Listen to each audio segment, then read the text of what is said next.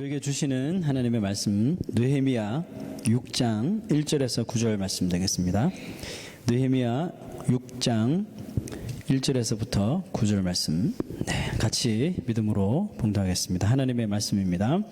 산발랏과 도비아와 아라비아 사람 게셈과 그 나머지 우리의 원수들이 내가 성벽을 건축하여 허물어진 틈을 남기지 아니하였다 함을 들었는데 그때는 내가 아직 성문에 문짝을 달지 못한 때였더라. 산발랏과 게셈이 내게 사람을 보내어 이르기를 오라 우리가 오노 평지 한 촌에서 서로 만나자 하니 실상은 나를 해하고자 함이었더라. 내가 곧 그들에게 사자들을 보내어 이르기를 내가 이제 큰 역사를 하니 내려가지 못하겠노라. 어찌하여 역사를 중지하게 하고 너희에게로 내려가겠느냐 하매 그들이 4번이나 이같이 내게 사람을 보내되 나는 꼭 같이 대답하였더니 산발랏이 5번째는 그 종자의 손에 봉하지 않은 편지를 들려 내게 보냈는데 그 글에 이르기를 이방 중에도 소문이 있고 가스무도 말하기를 너와 유다 사람들이 모반하려 하여 성벽을 건축한다 하나니 네가 그 말과 같이 왕이 되려 하는도다. 또 내가 선지자를 세워 예루살렘에서 너를 들어 선전하기를 유다에 왕이 있다 하게 하였으니 지금 이 말이 왕에게 들릴지라. 그런즉 너는 이제 오라 함께 의논하자 하였기로 내가 사람을 보내어 그에게 이르기를 네가 말한 바 이런 일은 없는 일이요 내 마음에서 지어낸 것이라 하였나니 이는 그들이 다 우리를 두렵게 하고자 하여 말하기를 그들의 손이 피곤하여 역사를 중지하고 이루지 못하리라 함이라. 이제 내 손을 힘있게 하옵소서 하였노라. 아멘. 네, 오늘 말씀은 참 우리도 귀에 익숙한 사람들이 또 나오죠. 산발랏 도비아 또 게셈 아라비아 사람 게셈 살아있는 줄 알았던 이 일당들이 또다시 등장하여서 성벽 재건을 방해하려고 합니다. 이들이 다시 등장한 그 때, 그 시기를 보니까 1절 말씀에 허물어진 틈을 남기지 아니하였다 함을 들었는데 라고 기록되어 있습니다. 이 성벽과 성벽이 사이사이를 이제 백성들이 다 공사를 해서 이제 그 틈이 전혀 남지 않았다는 뜻이죠.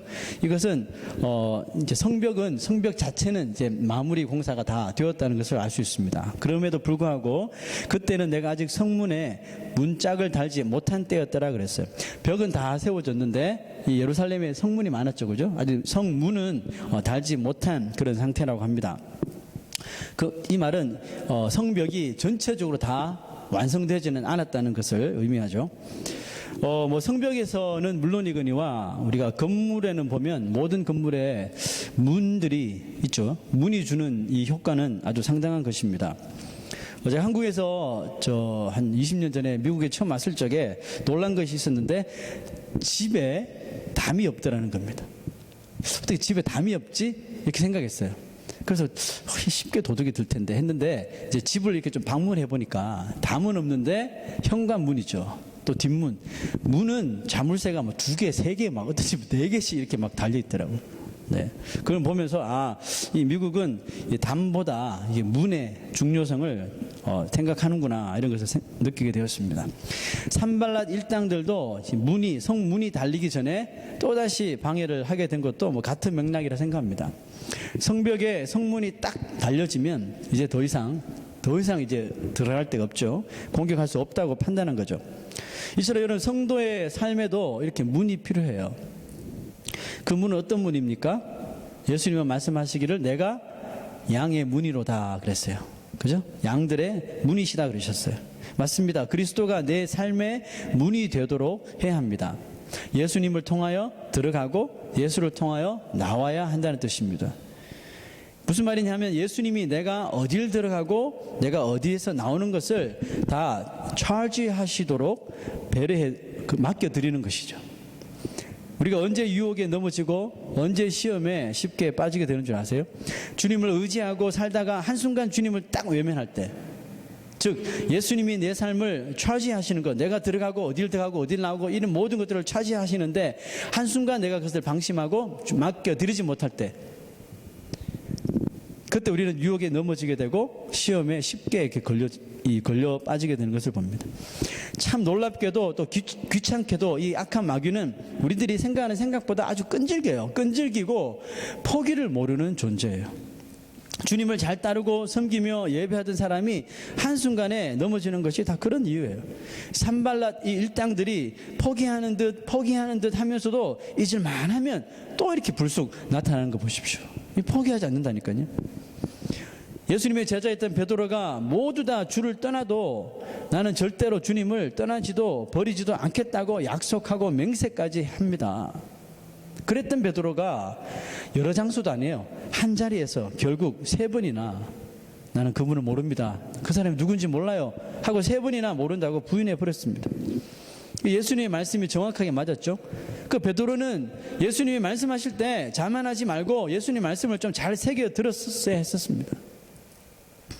마귀는 무슨 말이든지 그것이 하나님의 뜻이라면, 하나님의 말씀이라면 이것을 끝까지 불순종하게 만드는 것이 이 악한 마귀의 존재의 목적이에요. 우리가 이런 말씀을 따르려고 하면 이런 말씀을 못 따르게 하는 게 마귀의 목적이라고요. 끈질겨요. 예수님이 3번 부인할 것이라 했더니 결국 3번 부인하도록 끝까지 집요하게 물고 늘어지잖아요. 여러분, 나는 예수님 몰라요. 한 번 하면 끝난 거잖아요. 예수님 부인한 거잖아요. 그럼에도 불구하고 마귀는 예수님이 말씀하신 그대로 3번을 베드로에게 도전한 거예요. 베드로도 예수님의 예언을 잊어버리진 않았을 거예요. 한 번 딱 고백했을 적에 내가 왜 그랬지? 불쑥 아마 예수님 말씀이 떠올랐을지 몰라요. 그런데 그럼에도 불구하고 한 자리에서 3번이나 부인하게 된 것은 뭡니까? 한국말에 3세번이나 뜻이 있죠. 뭐요? 완전히 이기겠다 이거죠. 마귀가 베드로를 이번 기회에 완벽하게 무너뜨려서 다시는 일어서지 못하게, 다시는 예수님 옛자도 못 꺼내게 하려고 정확하게 3번을 무너뜨린 겁니다. 베드로는 한 번을 이기지 못하고 그렇게 호언장담했던 베드로가 다 주를 떠나고 다 주를 버릴지라도 천만에 저는요 절대로 안 그럽니다 해놓고는 혼자 한 번도 못 이기고 그 3번을 그 자리에서는 이 마귀에게 실족해 버렸습니다. 그게 인생이에요. 산발랏은 이전에 공격해오던 그 패턴과 다르게 느헤미야를 이번에는 직접 느헤미야에게 나오라고 이야기해요. 나와라. 오늘 평지로 나와라. 나랑 이야기 좀 하자. 대화하자고 직접적으로 부르는 모습을 봅니다. 왜 그렇게 했을까요? 시간이 없기 때문에. 이제 성문 닫히면 끝이거든요. 마귀 입장에서도 시간이 없어요. 급하니까 이제 지도자를 그냥 단독적으로 타겟을 삼아서 넘어뜨리기 위해서 부른 거예요. 산발랏은 짧은 순간에 느헤미야가 좀 이렇게 충동적으로 움직이도록 술수를 쓴 겁니다. 하지만 여러분, 마귀가 아주 치밀한 것 같아도요 참 엉성한 부분이 많아요. 무슨 뜻입니까? 느헤미야가 산발랏의 이런 이 소식이 들려왔을 적에, 만나자는 소식이 들렸을 적에 이미 산발랏이 가지고 있는 마음을 읽고 있었어요. 그 음모를 다 꿰뚫고 있었어요. 자, 2절 말씀 보니까 오라 우리가 어느 평지 한 촌에서 서로 만나자 하니 실상은 나를 해하고자 함이었더라. 이미 알고 있단 말이에요. 내가 나가면 나를 해치려고 하는 거구나. 이 느헤미야가 이미 꿰뚫고 있었어요. 산발랏이 똑같은 방식으로 4번이나 사람을 보내요. 4번이나 똑같이 보내는데요, 느헤미야를 불러내려고 했지만 느헤미야 또한 똑같은 방식으로 4번을 거절해 버렸습니다. 근데 여러분, 문제는 뭐냐면 마귀의 공격은 참 어떻게 보면 엉성하고 단순해요. 우리가 조금만 영안을 뜨고 보면 이게 마귀의 공격이라는 게 다 알게 돼요. 그죠? 근데 마귀의 공격은 문제가 뭐냐면 아주 단순하고 엉성하게 짝이 없는데 계속 된다는 거예요. 이게. 언제까지요? 믿는 자가 넘어질 때까지, 말씀 따라 순종하려고 하는 자가 순종 못하게 할 때까지 계속 되더라는 겁니다. 뱀이 하와에게 얼마나 집요하게 유혹을 했습니까? 그러므로 한두 번 마귀의 유혹을 우리가 이겨내었다고 이제 나는 할 수 있어, 나는 믿음이 강해졌구나, 자만하지 말라는 겁니다. 이런 마음으로 우리가 교만해지면 안 되는 것입니다. 그 초롱성 같은 여리고성을 말씀으로 이겼으나 바로 이어진 작은 아이성에서 실패하는 것이 바로 우리 인생이라는 거예요. 무리를 걸었던 베드로였지만 작은 여자아이의 몸종아이에 너 예수님과 함께 있었지, 예수님이 제자지, 이 말에 예수님을 3번이나 그냥 부인해버린 이런 존재가 바로 우리 인생입니다. 느헤미야가 산발랏의 음모를 알고 4번이나 만나자는 요청을 거절합니다. 그러니까 이제 방법을 조금 바꿔요. 이번에는 다른 방식으로 느헤미야를 공격합니다. 그게 어떤 방식입니까? 5절에서 7절을 보면 산발랏이 5번째는 그 종자의 손에 봉하지 않은 편지를 들려 내게 보냈는데 그 내용을 봅니다. 이방 중에도 소문이 있고 가스무도 말하기를 너와 유다 사람들이 모반하려 하여 성벽을 건축한다 하나니 네가 그 말과 같이 왕이 되려 하는도다. 정말 뜬구름 잡는 거죠. 또 내가 선지자를 세워 예루살렘에서 너를 들어 선전하기를 유다의 왕이 있다 하게 하였으니 지금 이 말이 왕에게 들릴지라. 이 왕이 누구예요? 아닥사스다 왕, 자기를 보내준 페르시아의 아닥사스다 왕이죠. 그 왕에게 이 말이 들릴지라. 그런즉 너는 이제 와라. 와서 함께 의논하자라고 또 유혹을 하죠. 5절에 보니까 봉하지 않은 편지를 종에게 보냈다 그랬어요. 원래 긴밀한 편지는 아주 강하게 아주 이렇게 씨를 하고 이 도장을 찍죠, 그죠? 네. 근데 왜 이 중요한 편지를 봉하지 않았을까요? 그것은 열어보라는 겁니다. 종도 열어보고 소문 다 퍼뜨리는 겁니다. 산발랏이 퍼뜨린 이 루머는 어찌 보면 자칫 느헤미야에게 성벽 이제 완공을 앞두고 큰 타격을 줄 수 있는 아주 중요한 내용이었어요. 물론 거짓말이지만 이게 소문이 퍼져버리고 이 아닥사스 왕에게 들리면 심각한 문제거든요. 산발랏은 당연히 이제 이 정도 되면 느헤미야가 자기 발로 자기에게 찾아와 타협을 할 것이라 여겼던 것 같아요. 근데 느헤미야가 처음보다도 훨씬 더 강도가 높은 이 심각한 이 디스에도 흔들리지 않고 잘 참을 수 있었던 그 배경이 뭘까요? 느헤미야가 산발랏이 처음부터 가졌던 그 목적이 무엇이지? 요것만 딱 생각하니까 그게 마귀의 이 산발랏의 유혹에 말려들지 않게 되더라는 겁니다. 산발랏은 목적이 뭐였어요? 방법을 다르게 하지만 결국은 그 목표는 하나였어요. 뭐요? 성벽을 못 짓게 하는 거죠. 그죠? 그게 목적이었어요. 산발랏은 느헤미야를 불러내어 해하려는 것이 목적이었기 때문에 또 성벽을 완성하지 못하게 하는 것이 목적이었기 때문에 느헤미야 입장에서는 얘가 목적이 뭐지? 요것만 끊임없이 생각하니까 다 피해 갈 수 있더라는 겁니다. 그죠? 디스를 하든지 루머를 퍼뜨리든지 무엇을 하든지 그 내용에는 전혀 상관하지 않게 되더라는 겁니다. 안 만나면 된다는 마음을 끝까지 가진 거예요. 괜히 느헤미야가 지금까지 잘 참아오다가 이제 성문만 달면 되는데 그에 앞서서 도저히 이것만큼은 내가 못 참겠다. 이래서는 안 되지 하고 사람 불러 만나 했으면 성문이 달리기 전에 느헤미야가 큰 곤욕을 치렀을 겁니다. 여러분, 마귀의 목적이 무엇인지 아는 사람이라면 그 사람은 당연히 마귀를 이기는 방법도 아는 사람이에요. 그러므로 그 사람은 마귀에게 말려들지 않습니다. 마귀에게 말려들면 마귀의 목적을 이루게 되는 사람이 되기 때문에 성도로서 하여금 큰 타격을 입는 거잖아요. 마귀의 목적에 말려들지 않으려면 우리 성도에게 필요한 것은 또 한 가지예요. 그게 뭡니까? 마귀가 달려들고 유혹을 하고 시험을 줄수록 우리가 생각하는 것은 뭐예요? 하나님의 뜻, 하나님의 목적만 붙잡고 따라가면 되는 거예요. 사도행전 20장 이런 말씀이 있어요. 여기 있습니다. 내가 달려갈 길과 주 예수께 받은 사명 곧 하나님의 은혜의 복음을 증언하는 일을 마치려 하면은 나의 생명조차 조금 더 귀한 것으로 여기지 아니하노라. 누가 이야기했어요? 사도 바울이 이야기했단 말이죠. 사도 바울이 핍박과 고난과 환난이 기다리는 이 예루살렘으로 들어가기 전에 했던 말이에요. 이 말을 하기 전에 사도 바울은 또 이런 말도 했어요. 다음 구절 봅시다. 보라, 이제 나는 성령에 매여 예루살렘으로 가는데 거기서 무슨 일을 당할는지 알지 못하노라. 오직 성령이 각 성에서 내게 증언하여 결박과 환난이 나를 기다린다 하시나. 사도 바울은 이 예루살렘이 이제 마지막 자기가 머물 장소라는 것을 성령을 통해서 이미 대충 간파했습니다. 말 그대로 예루살렘에 들어가서 붙잡혀서 이제 이탈리아로 가죠. 로마로 압송되어 가서 이제 거기서 이제 생을 마감하는데 유독 예루살렘으로 들어가기 바로 직전에 들어가면 안 됩니다. 자꾸 막아요. 자꾸 성령도 막으시고 성령이 막으시는 게 아니라 핍박을 당한다, 환난을 당한다. 또 어떤 예언자들도 바울이 예루살렘에 들어가면 곤욕을 치른다, 들어가면 안 된다, 막아야 된다. 계속 이런 것들이 들어왔어요. 그때 오직 성령이 각성해서 내게 증언하여 결받고 환난이 나를 기다린다 하시나, 그 다음 구절이 바로 아까 처음 읽었던 내가 달려갈 길과 주 예수께 받은 사명 이야기를 꺼낸단 말이에요. 환난과 곤핍함과 고난이 있지만 뭘 생각해요? 나를 향한 하나님의 뜻이 뭐지? 목적이 뭐지? 분명히 마귀의 목적을 이미 알고 있어요, 바울은. 그런데도 그거보다 하나님께서 나에게 주신 그 사명이 무엇이었나, 그걸 생각하는 거예요. 예수께 받은 사명, 나의 달려갈 길, 그래서 하나님의 은혜의 복음 증거하는 일이 이 일이잖아요. 이 일을 내가 마치 예루살렘에서 끝나더라도, 악한 마귀 때문에 내가 여기서 순교를 당하게 되더라도 마치려 하면은 나의 생명조차 조금 더 귀한 것으로 여기지 않겠다는 거죠. 죽음도 불사하겠다는 겁니다. 여러분, 이게 소명을 가지고 있는 사람, 내가 무엇을 위해 사는지, 어디를 향해 달려가는지를 명확하게 그 목적을 아는 사람들은 마귀에게 말리지 않습니다.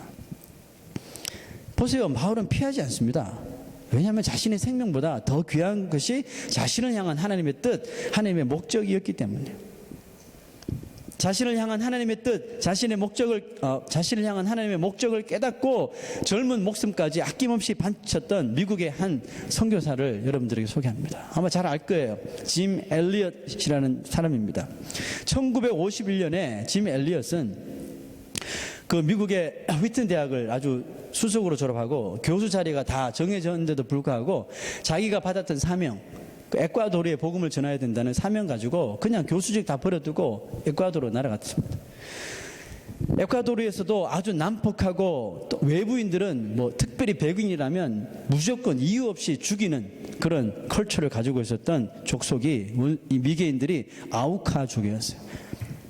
에콰도르에 가서 그 원주민들에게 복음을 전하고 문명을 전하고 했지만 더 중요한 사명은 뭐냐면 그 식인종들 아우카족에게 이것이 너의 삶이 전부가 아니라 하나님을 사랑하는, 하나님과 함께하는 삶이 있다는 걸 보여주기 위해서, 전하기 위해서 아우카, 그러니까 목적이 에콰도르였지만 그 중에서도 아우카족에게 있었단 말이죠. 그런데 6년 동안 지냈지만 아우카족을 만날 수가 없어요. 하도 비밀리에 무장하며 다니는 이 미개인들이라. 그러다가 계속해서 찾고 찾다가 그 아우카족에서 탈출한 한 소녀를 통해서 그 통로를 알게 되고 비행기를 타고 접근하다가 드디어 이 아우카족을 만나게 돼요.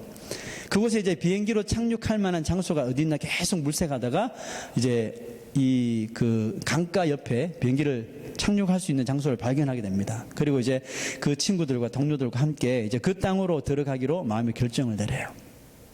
그곳에 들어가기 전에 이 짐 엘리엇의 아내였던 엘리자베스 엘리엇이, 그러니까 이제 짐이 순교한 후이겠죠. 이제 그 짐이 결정하게 된, 그 아우카족에 들어가기로 결정하게 된 결정에 대하여 이 엘리자베스가 쓴 글이 있어요. 그 글을 잠시 소개합니다.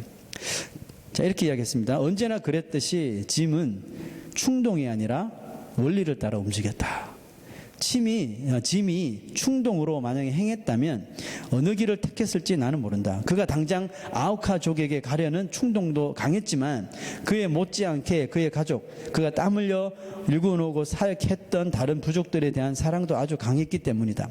하지만 결국 그가 선택했던 길은 그가 일찍이 하나님과 깊이 교제하던 시절에 배웠던 그 원리가 이번에도 그대로 적용되었다.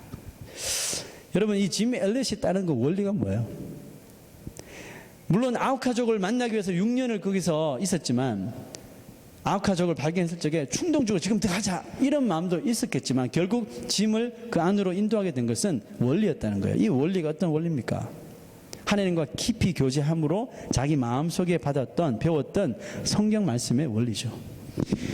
짐은 늘 말씀을 묵상하고는 성경의 그 원리, 즉 하나님의 뜻에 대하여 기록을 하는 습관이 있었어요.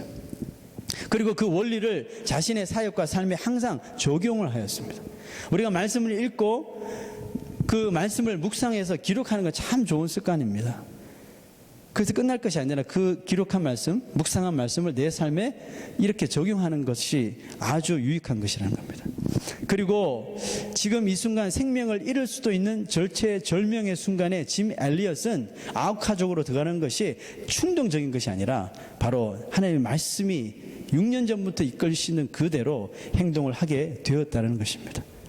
짐 엘리엇이 그의 5 동료들과 함께 아우카족을 만난 지 며칠 만에 그들이 사용하는 그 창에 다 순교를 당해버리죠. 순교를 당한 후에 그 짐 엘리엇이 빡빡하게 늘 기록했던 그 일기를 아내가 세상에 내어놓으면서 한 말이 있습니다. 그 말이 뭐냐면, 순종하면 하나님을 아는 것이다. 순종은 하나님께 대한 우리의 사랑의 표현이다. 순종한다는 것은 우리가 하나님 안에 거한다는 뜻이다. 그분 안에 거하면 우리도 예수님이 행하시는 대로 행하게 된다 그랬습니다. 여러분, 짐 엘리엇의 목표가 무엇이었습니까? 하나님을 아는 것이었어요. 그래서 그의 길은 순종이었어요. 하나님을 더 알기 위해서 순종했다는 겁니다. 순종은 그러므로 그의 목표를 이룰 수 있는 유일한 길이었어요. 순종을 하면 할수록 하나님이 자신을 향한 그 목적, 뜻, 목표가 더 분명해지더라는 겁니다. 그래서 여러분, 우리가 왜 하나님 말씀대로 순종하며 살아야 됩니까? 우리 하나님 말씀대로 순종하며 따르면 따를수록 명확하게 우리는 왜 하나님께서 나를 이 땅에 불러주시고 이런 사명을 주시는지를 명확하게 발견할 수 있게 되는 것입니다. 많은 사람들이 짐과 그의 친구들의 순교를 영웅시합니다. 영웅은 영웅이죠. 영웅시하는데 그 짐 엘리엇의 아내는 그게 절대로 찬성하지 않는다고 합니다. 짐은 영웅이 아니에요. 짐은 평범한 하나님의 우리와 똑같은 그리스도인입니다. 이렇게 말했단 말이죠. 무슨 말입니까? 그리스도를 위해 사는 것하고 그리스도를 위해 죽는 것하고 도대체 다른 점이 무엇인가, 이 말입니다. 그죠? 그리스도를 위해 죽고 그리스도를 위해 사는 것, 죽고 사는 것 뿐이지 결국은 이게 같은 맥락이라는 거예요. 그런데 그리스도를 위해 죽음을 당했다는 것을 더 부각시킬 필요는 없다는 거죠. 그건 나중에 하늘에 가서 상급 받을 일이고, 그렇죠? 하나님을 위해 사는 삶은 바울의 말대로 그 자체가 하나님을 위해 사는 삶이 뭐예요? 바울이 뭐라고 이야기했습니까? 나는 날마다 죽노라 그랬죠, 그죠? 하나님을 위해, 그리스도를 위해 사는 것이 결국은 죽는 삶이에요, 죽는 삶. 근데 그게 뭐 그렇게 대단한 삶이냐고 이야기하는 거죠. 그리스도를 얻기 위해 모든 것을 잃어버리는 것, 그렇게 우리의 목숨을 버릴 때 우리는 그것을 도로 얻게 되더라는 것입니다. 느헤미야가 끝까지 산발랏의 유혹에 말려들지 않은 배경도 바로 여기에 있었습니다. 산발랏이 오라 계속, 여러분, 우리를 부르는 사람들 잘 우리 파악하셔야 돼요. 오라 그런다고 무조건 다 가면 안 돼요. 오라 그런다고 아무 장소나 다 가서는 안 됩니다. 그래서 예수 그리스도를 통해야 돼요. 내가 들어가고 내가 나오는 것, 정말 하나님께서 기뻐하시는 곳에 내가 들어가는가, 내가 저기 가는 것을 하나님께서 원치 하는 건 아닐까, 예수 그리스도를 통해야 돼요. 예수는 우리의 문이라잖아요. 예수 그리스도를 통해서 생각하면 깨닫게 된다니까요. 아, 내가 저기는 가서는 안 되는 곳이구나, 그죠? 근데 산발랏은 계속 오라 하는 거예요. 의논하자 그래요. 대화하자 그래요. 내가 너의 모든 오해와 루머 다 풀어줄게. 왜? 자기가 퍼뜨린 거거든요. 그런데 풀어주려고 하는 겁니까? 오면 해치려고 하는 거죠.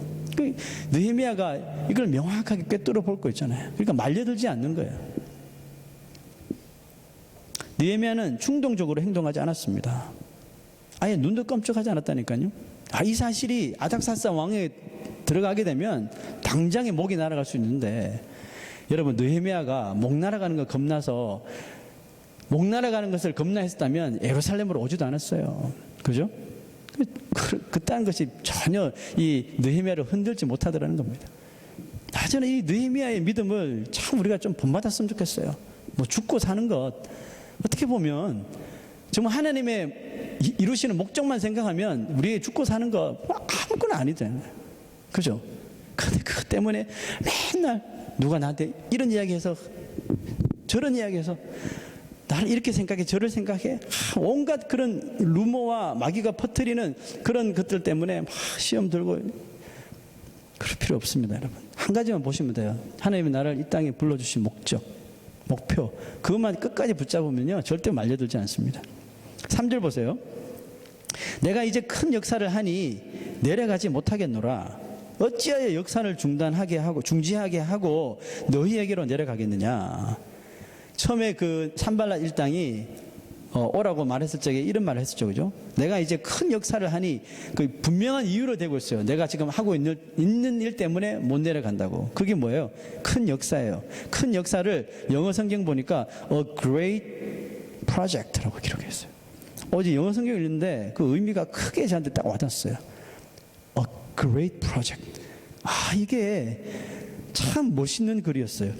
느헤미야에게 있어서 이 역사, 이 큰 역사는 단지 예루살렘의 성벽만을 짓는 것이 목적이 아니었어요. 그것은 유다 백성들을 향한 하나님의 큰 프로젝트였습니다. 그리고 자기 자신을 페르시아에서 여기까지 보내주신 느헤미야를 향한 하나님의 a great project였다는 겁니다. 이것이 하나님의 역사. 그러니까 이 말은 내가 하나님의 역사를 감당하는데 지금 너에게 갈 시간이 없다 이 말이죠. 명분이 확실해지잖아요, 그죠? 상대는 이해 못하지만 그 느헤미야는 끝까지 이 큰 하나님의 역사만 쳐다본 거예요. 그리고 어떤 협박과 조롱과 루머에도 꿈쩍하지 않습니다. 좌우로 치우치지 않아요. 요동하지 않아요. 그리고 느헤미야는 보면 매 순간마다 짧게 항상 기도하는 모습을 보여요. 우리가 읽어도 본문 마지막 구절에도 끝에 이렇게 기도했죠. 이제 내 손을 힘 있게 하옵소서. Now strengthen my hands 라고 짧게 하나님 앞에 기도해요. 여러분 느헤미야의 그 기도의 특징을 보면 그 기도의 안에 손이 자주 등장해요. 기억나세요? 처음에 느헤미야 1장에 느헤미야가 아닥사스다 왕을 통해서 이제 유다 땅으로 보내지게 될 때 뭐라고 했습니까? 하나님의 능하신, 하나님의 선하신 손이 나를 여기까지 안전하게 오게 했다. 이렇게 말을 했죠. 그죠? 하나님의 선한 손, 하나님의 능력의 손, 또 오늘 본문에서도 이제 내 손을 힘있게 해달라고 기도합니다. 여러분, 왜 그는 손에 이렇게 집착하는 걸까요? 생각해 봤어요. 손이 하는 역할이 뭐지? 손이 하는 역할이 뭡니까? 우리 몸의 지체 속에서 손이 하는 역할은 머리가 가지고 있는 것들을 행하는 일들을 주로 손이 해요. 뭐 발도 하지만 주로 발보다는 손이 많이 합니다. 그죠? 자, 지금 느헤미야가 유다 백성들과 함께 성벽을 짓고 있단 말이에요. 우리 몸 지체 중에 어느 지체가 합니까? 손이 하죠. 그죠? 성벽을 쌓을 때 손이 일하는 것입니다. 한 손에 칼을 잡고 한 손에 벽돌을 잡고 그죠? 삽을 잡고 다 손이 하는 일이라는 겁니다. 그 손에 힘을 주시옵소서. 포기하지 않고 손에 힘을 주시옵소서. 이것은 외적으로는 성벽을 완전히 이루게 하게 힘이 빠지지 않게. 자, 그 9절 마지막 절을 보면 이렇게 이야기하죠. 그들이 우리를 두렵게 하고자 하여 그들이 손이 피곤하여 역사를 중지하고 이루지 못하리라 하니라. 이 느헤미야가 그것을 알고 내 손을 힘있게 해달라고 부르짖는 것입니다. 그리고 손이 하는 또 다른 영적인 역할은 뭐냐 하면 하나님의 선하시고 하나님의 능하신 손을 우리의 손으로 붙잡는 역할을 하는 것입니다. 저는 이 말을 자주 경험해요. 저는 목사로서의 역할을 감당할 때 항상은 안 해요. 가끔씩 보면 내 자신이 아주 영적으로 이제 무기력함에 빠지고 있다는 것을 경험하곤 합니다. 이 언제 이런 일이 일어나냐 하면 꼭 이렇게 보면 주일 예배 전에 아니면 예배 드리기 위해서 집에서 나오기 전에 나를 자꾸 영적으로 무기력하게 만드는 이런 도전이 찾아와요. 그러면 내 것을 극복하지 못하면요 그냥 너무너무 힘든 거예요. 아마 여러분들도 이런 상황 경험했으리라 생각해요. 그 영적으로 갑자기 무기력에 빠지는 거예요. 내가 나 같은 사람이 말씀 전한다고 변화가 일어나겠나? 내가 이런 일을 할 만한 자격이 되나? 이런 생각들 한 번도 해보지 않은 이런 생각들이 막 들어오면서요 막 누르는 거야. 무기력함에 빠져요. 이런 현상이 가끔 찾아와요. 그럴 때마다 제가 하는 행동이 있어요. 그게 뭐냐 하면 손을 드는 거예요. 손을 왜 들어요? 하나님 손 붙잡으려고. 내 손은 너무 약하니까. 내 손으로는 도저히 안 될 것 같으니까. 보이지 않는 하나님의 영적인 손, 능하신 손, 선하신 손을 붙잡는 거야. 그러니까 여러분들 기도하실 때 한번 이렇게 손을 들고 잡으시려고 해보세요. 영적으로. 하나님은 보이지 않는 하나님이시잖아요. 그죠? 그 손을 한번 잡으려고 해보세요. 참 놀랍게도 힘이 전달되는 것이 느껴져요. 내가 손으로 설계하는 것은 아니에요. 그죠?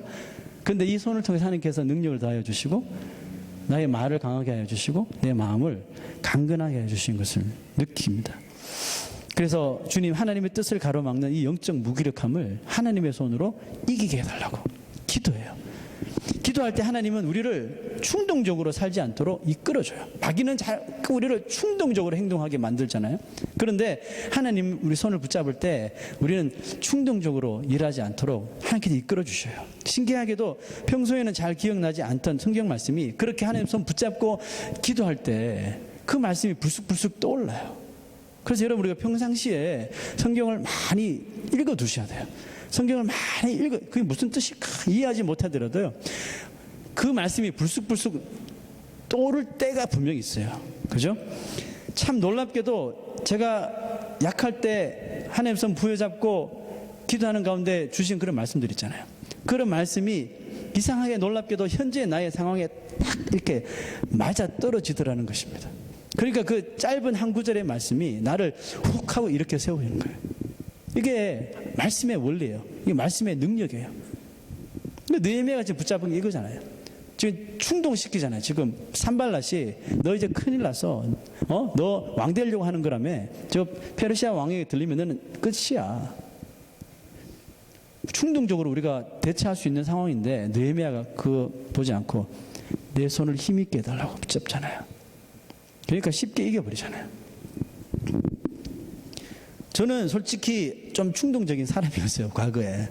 네, 적어도 제가 목사 되기 이전에는 참 충동적인 사람이었어요. 그래서 교육자의 삶을 살고 있었지만 나를 향해서 이렇게 막 좀 좋지 않은 말을 한다든지 그러면 뭐 가서 한마디 해줘버리고 막 그랬었어요. 그 뉴욕에 있을 적에 어떤 그 젊은 청년이 교회 홈페이지에 글을 올린 거예요. 그러면서 이제 교회 교육자들에 대해서 디스를 한 거예요. 디스 알죠? disrespect. 예, 디스를 한 거예요. 그래서 이 사람은 이게 문제고, 이 사람은 이게 문제고, 이 사람은 이게 문제고, 쫙 길게 장문을 쓴 거예요.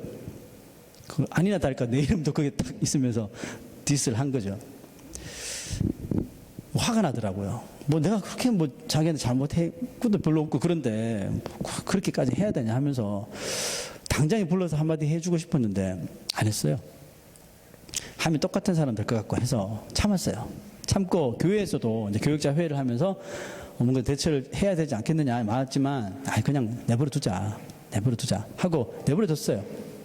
근데 시간 지나니까 없어지더라고요. 그 제가 소문에 듣기로는 이제 그 친구가 공식적으로 사과를 했다는 이야기를 또 들었습니다. 만약에 그때 좀 충동적으로 우리가 교육자 한 명을 이제 특파원으로 보내서 걔를 디스하기 위해서 야 오늘 평지로 나와 막 이렇게 해서 충동적으로 행동했다면 그 청년 주님을 떠났을지도 몰라요. 사과요? 어린 반푼 없이 없습니다. 그거 내버려뒀어요. 왜? 그게 사실이 아니라는 것을 알기 때문에 뭐 사실 아닌 것까지 우리가 들춰내봐야 그럼 뭐합니까? 그래서 저러다 말겠자고 그냥 덮어버렸어요. 그러니까 일이 그냥 자연스럽게 해결되더라고요. 제가 물어볼게요. 여러분들은 충동적인 사람입니까? 무슨 행동을 함에 있어서 아니면 뭐 배우자의 관계에 있어서 자녀들과의 관계에 있어서 막 충동적으로 말하고 충동적으로 하는 사람입니까? 저는 충동적으로 이렇게 말하고 행동해서 지금까지 마음에 내가 왜 그랬을까 하고 하는 게 크게 두 가지가 있어요. 뭐 자질구레한 건 있지만 크게 두 가지가 있어요. 그래서 그것 때문에 참 관계가 안 좋아졌던 그런 게 있어요. 두 개가 있어요. 참 아까워요. 안타까워요. 그렇게 안 했으면 참 좋았을 텐데 하는 생각이 지금까지 있어요. 회개했는데도 마음이 계속 남아요. 내가 그렇게 행동했던 그 사람을 내가 만날 수가 없어요. 멀리 있어서. 연락처도 모르고. 기도를 했지만 마음속에 계속 두고 있는 거예요. 충동적으로 하는 것은 참 마귀의 유혹에 말려드는 그런 일입니다. 그러니까 우리가 이 충동적인 생각이 들 때 우리 하나님의 원리를 잘 따라야 됩니다. 하나님 손 부여잡으면 충동적으로 나가려 하는데 손을 하나님께서 붙잡아 주셔요. 그거 해서 뭐 하려고? 그거 해서 뭐 하게? 하고 우리를 붙잡아 주시는 거예요. 여러분들 어떤 사람입니까? 충동적인 사람입니까? 원리를 따르는 사람입니까? 충동적인 베드로가 원리를 따르는 사람이 되어 십자가에 거꾸로 매달려 순교까지 당하는 자리에까지 갈 수 있었던 것은 그 배경이 뭡니까?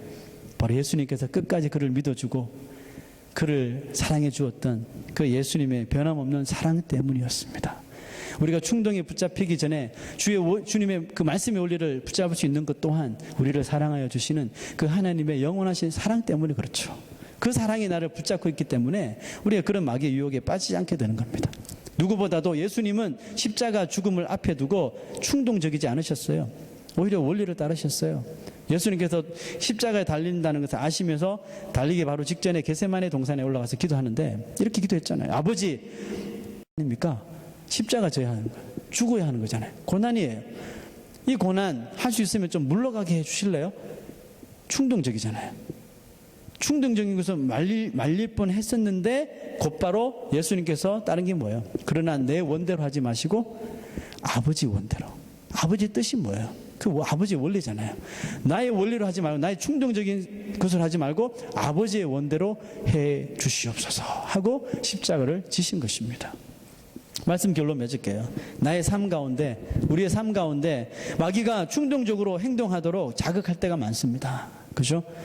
여러분, 그런 순간이 찾아올 때 마귀의 그 음모를 꿰뚫어 보세요. 아, 마귀가 좀 더 하나님 앞에 나아가려고 하는 나를 또 붙잡는구나. 나를 휘어잡고 나를 말리게 하려고 하는구나. 충동적으로 막 말하려고 하고 댓글을 달려고 하고 디스를 하려고 할 때 주의 손을 붙잡으세요. 그냥 가만히 주의 손 잡으세요. 주의 손 잡고 주여 내 이 손에 힘 있게 하여 주시오. 내 손을 힘 있게 하여 주시옵소서. 모든 일을 감당하기 전에 문이 되신 예수 그리스도를 분명히 통과하게 해 주시옵소서. 기도하여서 주의 원리를 따를 수 있는 사랑하는 주의 백성 되시기를 축원합니다. 하나님의 말씀의 원리를 따라가십시오. 여러분은 길을 잃지 않고 순종의 길을 끊임없이 나갈 수 있으리라 확신합니다. 기도하겠습니다.